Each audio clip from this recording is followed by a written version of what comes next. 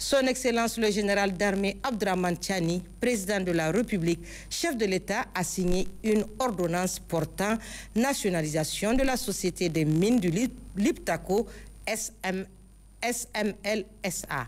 La SMLSA, société de droit nigérien, dispose de 2 permis pour grande exploitation minière d'or, en l'occurrence le permis Samira Libiri, renouvelé par décret du 20 novembre 2019 pour une durée de 5 ans, et le permis de Boulondjonga. En mai 2019, la Société de patrimoine des mines du Niger, Sopamine, société d'État, a cédé 80% de ses actions à mettre les moyens nécessaires pour la reprise des activités d'exploitation minière de la SMLSA.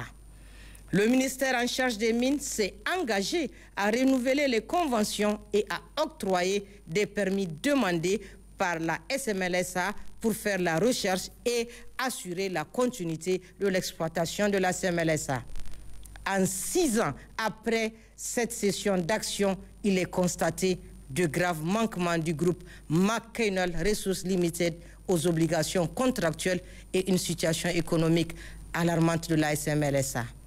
Au titre des manquements des obligations contractuelles, un plan d'investissement global incluant un plan d'investissement indicatif d'au moins 10 millions de dollars USD qui devrait être élaboré dans un délai de 3 mois suivant la prise de contrôle n'a jamais été fourni par cette société.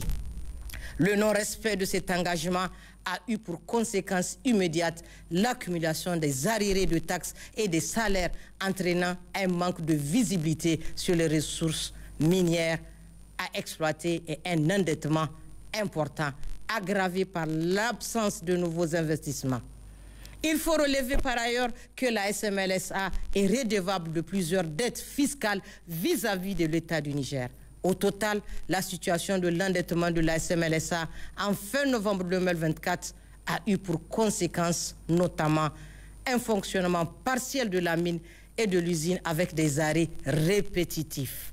La mise en chômage technique des employés suivie de leur licenciement, réduisant ainsi l'effectif de la SMLSA de plus de 50%.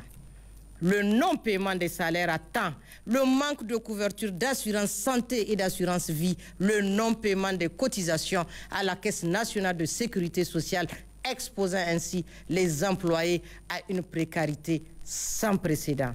Les ruptures dans l'approvisionnement sur le site. Pour sa part, l'État du Niger a accordé toutes les facilités nécessaires pour une meilleure prise des activités de cette société.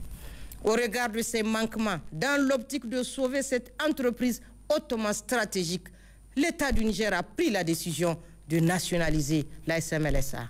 Cette mesure s'inscrit dans la droite ligne de la vision du président de la République, chef de l'État, celle de favoriser l'appropriation intégrale par le peuple nigérien de ses ressources naturelles. Fait à Niamey le 8 août 2025, signé le secrétaire général du gouvernement.